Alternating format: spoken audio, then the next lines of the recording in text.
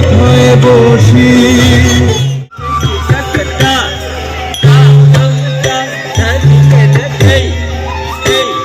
জগন্নাথ দেবের রথযাত্রায় অগণিত ভক্তের ঢল চামড়াইলে।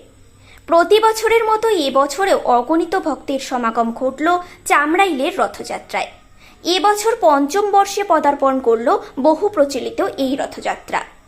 ওড়িশি নৃত্যর তালে তালে ও জয় জগন্নাথ ধ্বনিতে এবং কীর্তনের তালে তালে অসংখ্য ভক্তের রশির টানে এগোলো ঐতিহ্যবাহী চামড়াইলের রথযাত্রা।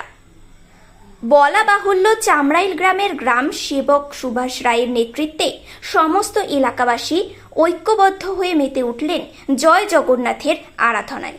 জগন্নাথ দেবের থাকার মন্দির প্রতিষ্ঠা হয়েছে এই বছরই।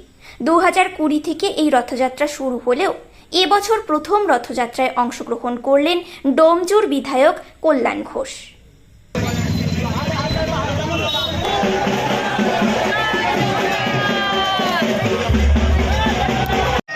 জয় জগন্নাথ, জয় জগন্নাথ।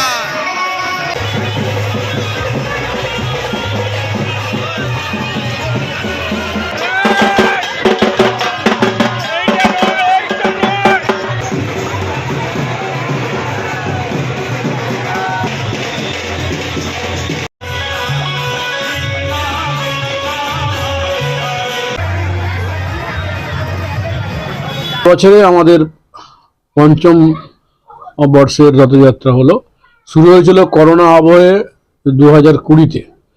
গ্রামের মানুষের আবেগ তাকে সামনে রেখে আমরা 2020 সালে প্রতীকী রথযাত্রা শুরু করি। তখন আমাদের ছোট রথ ছিল। তারপর আমরা রথ নির্মাণে ব্রতী হই এবং 2022 সালে আমাদের পঞ্চ রথ দেখলেন, পূর্ণাঙ্গ রথ। এবং তারপরে আমরা যেটা জগন্নাথ বলরাম সুভদ্রার থাকার স্থান মন্দির আমরা 2024-এ আমরা সম্পূর্ণ করলাম।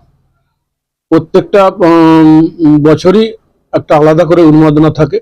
একদিকে ওড়িশি নৃত্য থাকে, আর হচ্ছে আমাদের যে গ্রামের কীর্তন দল আছে সেই কীর্তন দল থাকে। এবং সবচেয়ে বড় হচ্ছে যে চামড়াইল গ্রামের মানুষের যে আবেগ, হাজার হাজার মানুষ, এটা আপনারা নিজের চোখেই দেখলেন।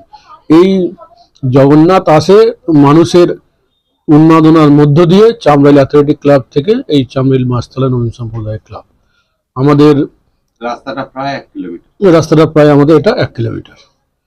পরবর্তীকালে আমাদের চমক থাকবে। সবচেয়ে বড় চমক হচ্ছে যে গ্রামবাসীর, সাধারণ মানুষের অংশগ্রহণ এবং সহযোগিতা, এটার মধ্য দিয়ে আমাদের এগিয়ে চলা।